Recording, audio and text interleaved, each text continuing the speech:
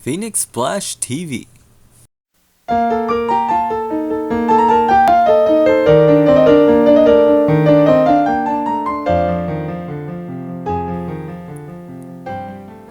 Now, if you know anything about me, you might know that I'm a music buff. And I'm not saying that I'm that one guy who hates everything I hear. It's deeper than that to me. I can play the drums, piano, guitar, percussion, and even sing. But most of all, I'm a composer. I've written percussion ensembles that have been played all throughout a small town. I've written a 15-minute string quartet and entered it into a competition. That competition never happened because of the lack of participants, so I basically won. I read books on music, so no, I'm not one of those annoying people who will just say, this music doesn't have it. If I critique a song, I'll define why I don't like it. So I figure I kind of have a valid point on this issue, unlike the last issue. And everyone really knows that unless you're super rich, nothing you say matters. Anywho, let's move on to the subject at hand. Music in video games. For me, they were the first pieces of music I was attached to, way before I discovered pop, and to be honest, I'm kind of glad it happened like that. You see, these pieces of music weren't like movie music. Video game music was constantly giving you melodies and perfect harmonies.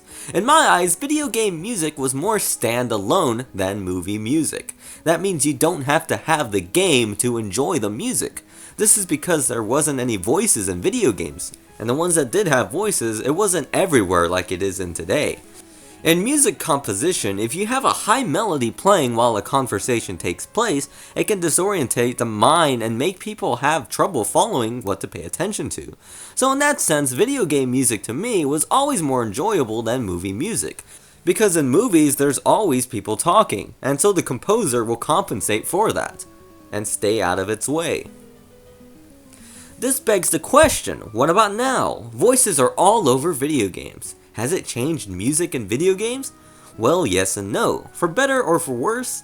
Well, that's based on personal preference. In some games, you'll notice that the dialogue isn't the main focus. Games like Street Fighter and Tekken still maintain their differences between film music and video game music. In fact, most Japanese games do. The Legend of Zelda never sacrificed their signature music for voice acting, and neither did the Mario games. Even Fire Emblem Awakening, which did have voice acting, didn't have it everywhere and allowed the music to speak.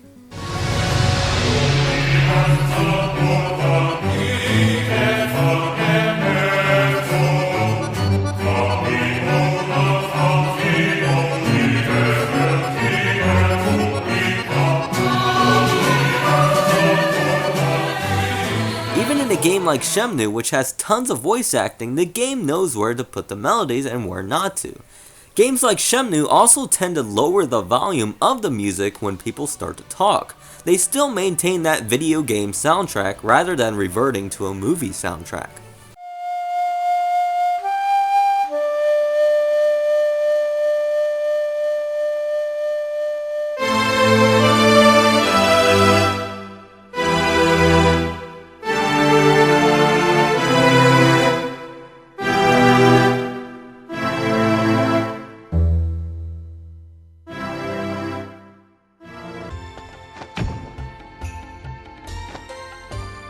Now, you try it.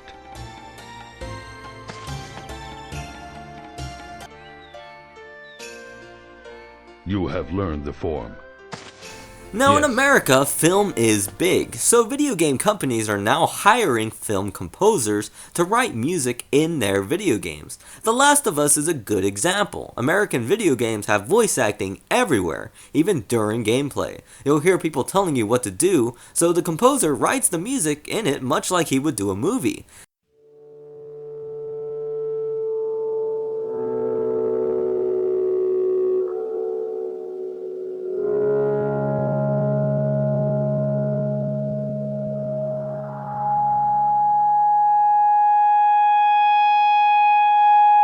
That's not to say it's bad or anything, but I have to admit that I much prefer the video game soundtrack that stands alone rather than the soundtrack where you need the game to enjoy it, even though a textbook will probably say something different.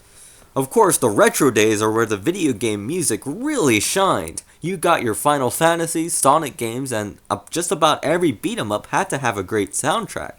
The composers were getting so noticed for their standalone music that they were getting their names on the title screen of the games, like Yuzo Koshiro, Nobuo Uematsu, and The Fat Man. Now, don't get me wrong, I love film music, but when I hear film music in my video games, it turns me off. If you listen to video game music in games like Donkey Kong Country and Fire Emblem Awakening, you can see that style of composition evolving more and more. When they write in a film style, I feel like it just takes a sharp turn. It's not bad, it's just different. As the American game industry goes, we'll start to see this more and more. Now, there is a film composer that I think did video game music right, and didn't write it like a film.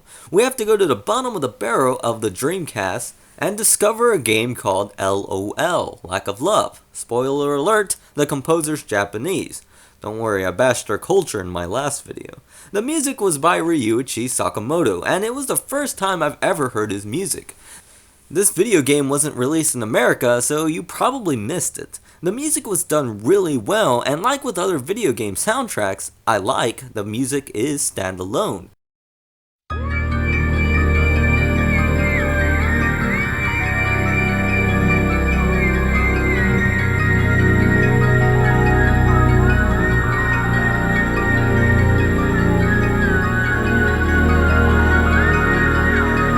If you research Ryuichi Sakamoto, you discover that he actually had an interest in video games, and even wrote some of the scenario for LOL, which is the difference that you see between him and other film composers you see writing for games.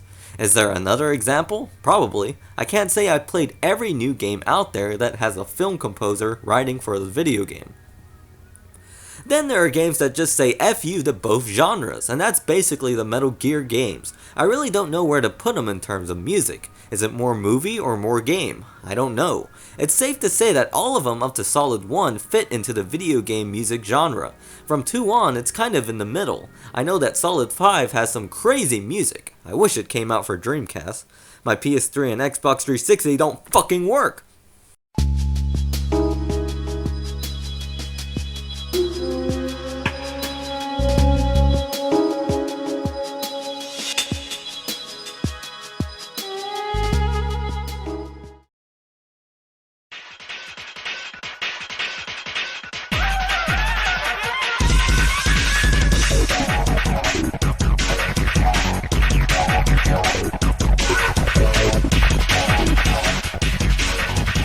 In America, indie games are also keeping the video game soundtrack alive. The AVGN game had great music, way better than the movies, and there are other examples as well. As more video games become like movies, I mean really become like movies where your choices are limited, then yes, we're going to see some movie soundtracks in them. Also, there are movie soundtracks that stand alone as well, like everything John Williams composes.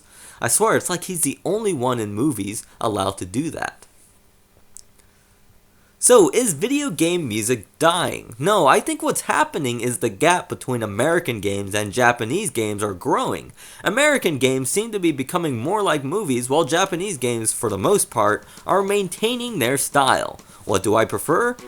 While I do like film music, I much prefer the standalone sound of the genre that's been growing astray from movie music. To me, music is a big part of video games I play. If a game has something wrong with the soundtrack, I'll usually stay away from it. It's pretty crazy.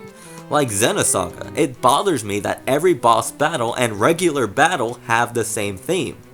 Maybe I'll put on some Brahms while I play it. Well, what do you guys think? How do you feel when a film composer takes on a video game? Does it even bother you at all? Leave it in the comments below, and if I'm wrong and you're right, leave that in the comments below too. Remember to like, share, and subscribe to raise my self-esteem. This is Game Analyzer, signing off.